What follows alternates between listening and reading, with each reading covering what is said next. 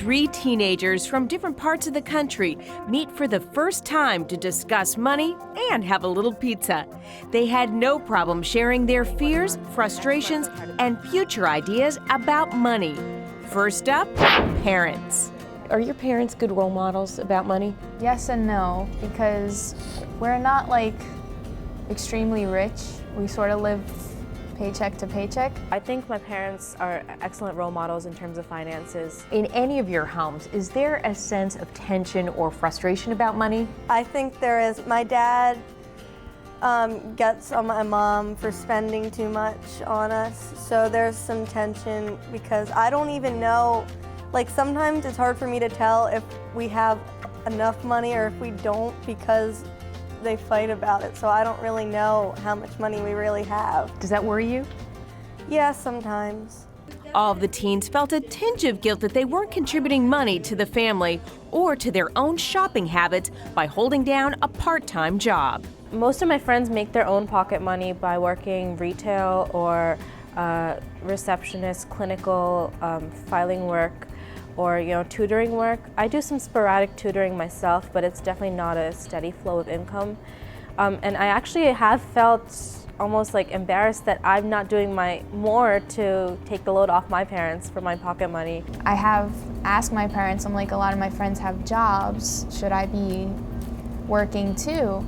Because I feel really bad because there's a lot of things that they have to spend on for all three of us. And they don't complain, but I know it's a lot.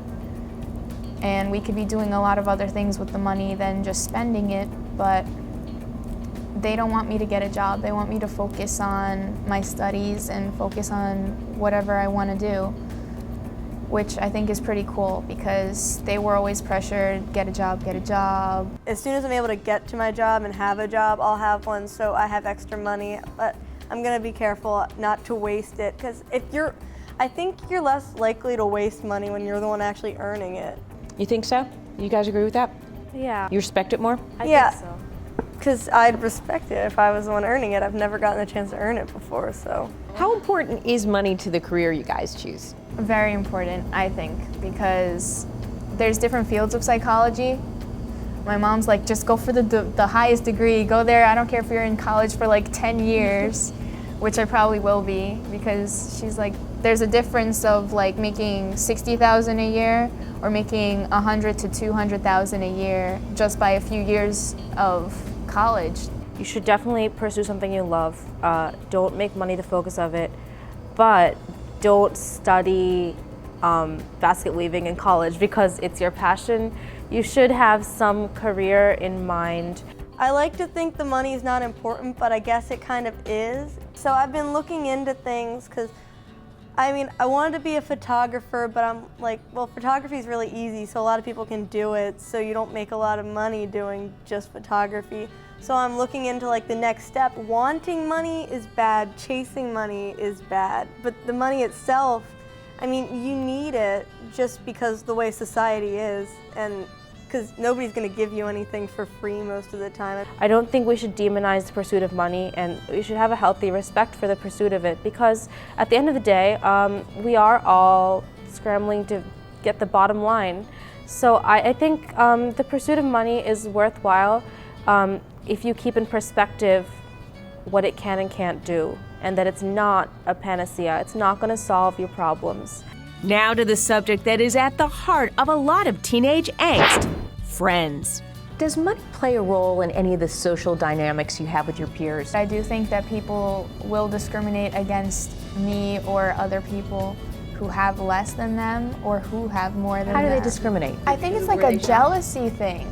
Like some people, like if they buy their clothes at like Walmart or Target or something, then they ask me, oh, where'd you get that jacket? I'm like, oh, I got this whatever store. They're kind of like roll their eyes because either it's expensive or because it's less than what they would spend. A lot of people in my area are first-generation Americans, children who have the same sort of financial mentality. So we do have almost, it's cool to be frugal kind of thing, that there's not really that spendthrifty culture where you're competing with your friends. In some ways, it was easier for them to talk to me and each other about money than their parents. We were total strangers. At home, a different story. The emotions kick in. So I asked, what can parents do to improve the quality of money conversations? The girls weren't shy about sharing their secrets. Do remember that it's a dialogue, so there are two sides. So don't talk at your kids. Make sure you're getting their feedback as well. Don't yell, be calm, don't just get mad at them if they're spending too much or something, because parents do it too. Remember that you did the same thing when you were little. I have to agree with what both of them said, keeping things open and don't shut down, don't lecture them. Make sure that they're talking too. They're part of the conversation because they're just as important as what you're talking about. And try to advise them not to overspend on unnecessary things. Nobody likes not getting what they want, but do you like hearing no sometimes because it sets parameters for you? Is it actually a good thing to hear every once in a while? It doesn't happen often, but when it has happened, I'm like, okay, good for you guys. You actually said no, because I feel that they are too lenient sometimes, and I think to myself, I'm like, come on, just be parents and say, I can't have this, and because I think of my parents more of like friends. I don't think parents should feel guilty about saying no, because we are trying to establish boundaries for ourselves, and we want our parents to be parents. And you know, eventually we aren't going to have limits at all, and how are we going to have an idea of it if we don't get exposed to it now? You try to push it, see how far they'll let you go, see what you're really supposed to be doing. And what about teens? Our group shares the tricks they've learned to create better money conversations in their homes. Don't take advantage of them. I think that's an important lesson because a lot of people out there probably do. And they probably don't realize that their parents have a lot of things on their mind and that your pocket money isn't really top priority.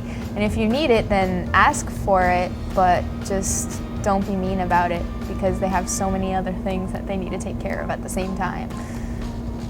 The whole world is on their shoulders. I've had my own share of, you know, screaming matches and things like that about money. Why can't I have a debit card? Why don't I get more allowance? I guess I've learned from experience that now that when we talk about money, I guess we have a more welcoming environment. But the first sort of discussions when you're just beginning to get that money in your hands, and you don't really know what to do with it, and your parents are worried about you, just both establish that you both have your best interests at heart. Because while we know that, it's important sometimes to say it explicitly, especially when you're talking about money. Make sure that the only time you talk to your parents about money isn't just when you're asking for it. Like, actually have a conversation. Like, talk to them about getting a job, or ask them, like, what was it like when you were little, like when you got a job, and how should I go about doing these things? Like, ask for advice, don't just ask for money. What will that do? It makes it more open, I guess, and it gives you a better understanding of where they're coming from with the money. And even like asking them about how they grew up and what kind of money they had, like, gives you a better understanding of why they might not give you so much, or why they might give you too much money, why they want you to go spend it. Like, if you understand that, it's better when you're open and when you understand things with people, like, no matter what you're talking about.